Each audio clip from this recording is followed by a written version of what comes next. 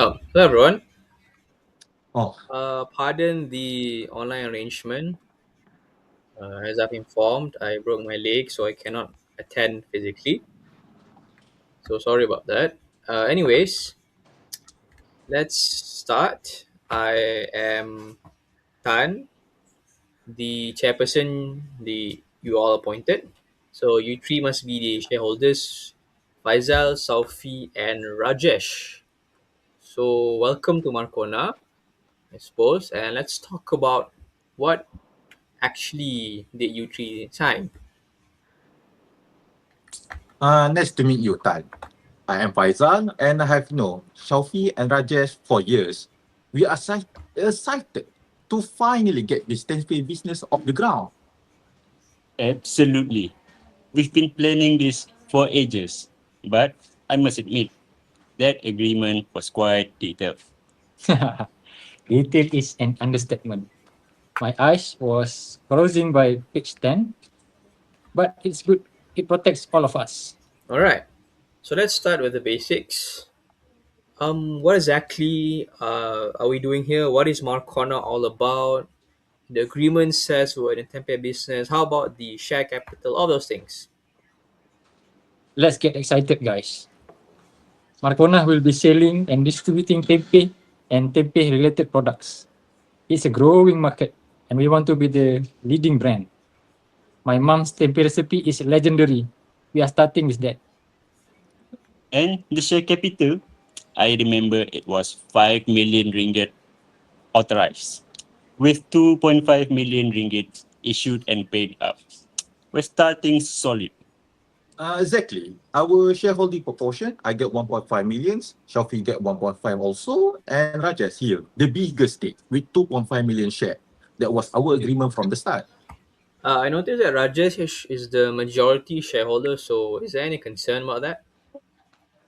Not at all. Rajesh is bringing the family recipe and the production know-how. We bringing the marketing and the distributions. It's a fair split. And the agreement gives us protection.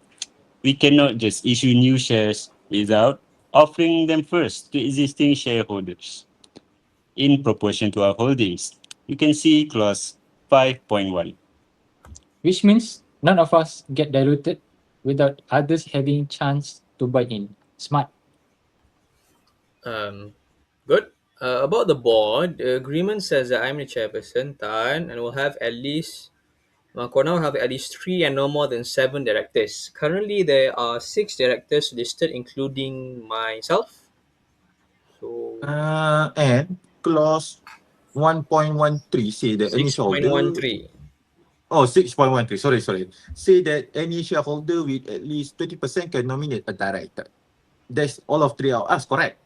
Yes, that's right. Okay. I was particularly interested in the director's exemption clause. Clause 8. It says directors won't be personally liable unless it's bad faith or willful misconduct. That's important. We are taking risks running this business. If something goes wrong, despite our best efforts, we shouldn't be personally on the hook. Okay. The agreement also says that we need at least four meetings per financial year.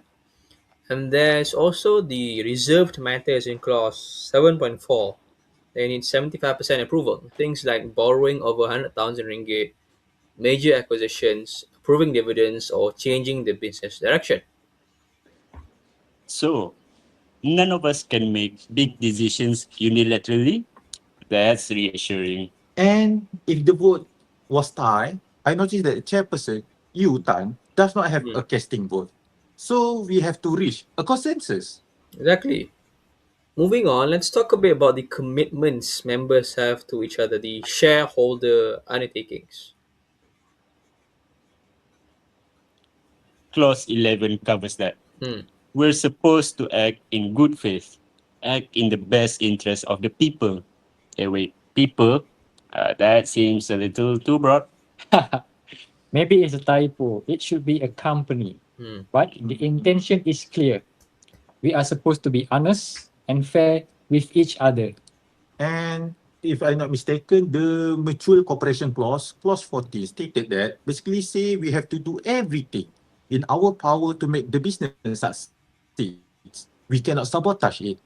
Yes. What about confidentiality, non-competition? I noticed those things too. Yes, clause 15 says we cannot share trade secrets, and clause 17 says we cannot set up competing tempeh business for at least 3 years after we leave. That's serious. So, if I ever left Markonah, I couldn't just start as HAZIM Super Tempeh on the side. Not only for 3 years. And then you need to be careful about soliciting our customers, also our suppliers. That's clear. And the representations and warranties, clause 18. If all confirmed, you're not bankrupt, haven't committed criminal offenses, and have the legal capacity to enter this agreement. Okay, standard stuff. Wait. Plus, the business dealing clause, clause 12, also cover our financial policies, audit, and dividend distributions. We need to keep proper book and account, right? Yes, that's right. Okay, so what happens if one of us defaults? Clause 13 covers that. Yes, exactly. If you breach obligations and don't fix it within 30 days of notice, the other members can force you to buy their shares, sell your shares to them, or even wind up the company. Yeah. Ush, that pretty harsh. But swear, if someone not pulling their weight or acting against our company interest, there should be consequences. Like, Okay. no consequence. And to add up, Okay. we cannot just leave for 3 years after we exit. That non-competition period I mentioned earlier. Okay. So far so good. What about disputes? How about the arbitration clause? Clause 24. Hmm. Any disputes go to arbitration under the United Nations rules. 3 arbitrators in Sha'alam in English language. That's so much better than going straight to the courts. Cheaper, faster, and more private. And if there is something major, like a force majeure, clause 20 says we are not liable. If something like a flood or government order us for stopping us from operating, Hmm. but we have to give from notice to the government. Okay. Talking about the agreement and something happening, we should take note that the agreement lasts until the company is dissolved, members mutually agree to terminate, or the agreement is terminated under the default provisions. All are very standard for any shareholder agreement. And Malaysian law governs everything. Clause 23. We can pick and choose our own jurisdiction. That's good. Okay. I think the content is good. We have a decent agreement. So I just wanted to touch on something important, that this agreement is and should be a classic contract with the relevant elements of a valid contract. So let me break it down. How so? There's the offer to begin with, the offer being the terms of the agreement, the terms of the agreement, or the all the obligations set out in the agreement with all the procedures and whatnot. The acceptance happens when you sign this agreement, signature at the end of the agreement, right? And your consideration comes in a form of your capital contribution and of course, since all of these terms are written down, there's an element of certainty there. But what else though?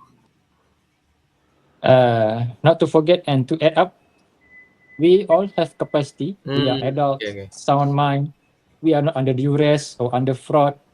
That's constitute free consent. Okay. And there's certainly intention to create legal intention between us. Okay. Haha, this isn't a casual handshake. It's a proper contract with all the elements. Offer, acceptance, certainty, legal tension, capacity, free consent, all of them are present. Exactly. We are legally bound, and that's a good thing. It means we can trust each other.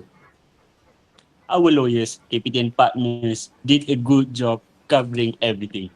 And most importantly, we are protected if anyone tries to sell the shares to outsiders without following the proper process. Everything goes through existing shareholder first. Cheers to that. Okay, gentlemen. Here's to a successful company and the best MPI in Malaysia. So may Markonah thrive. Yeah. So To all Markonah. To okay, to Markonah. Markonah. And with that, I think that concludes our little discussion. Uh, yeah. Have a nice day. Bye bye. Thank you, Thank you, everyone. Gary. Thank you. Thank you. Get well soon. Okay. Thank You you. take care.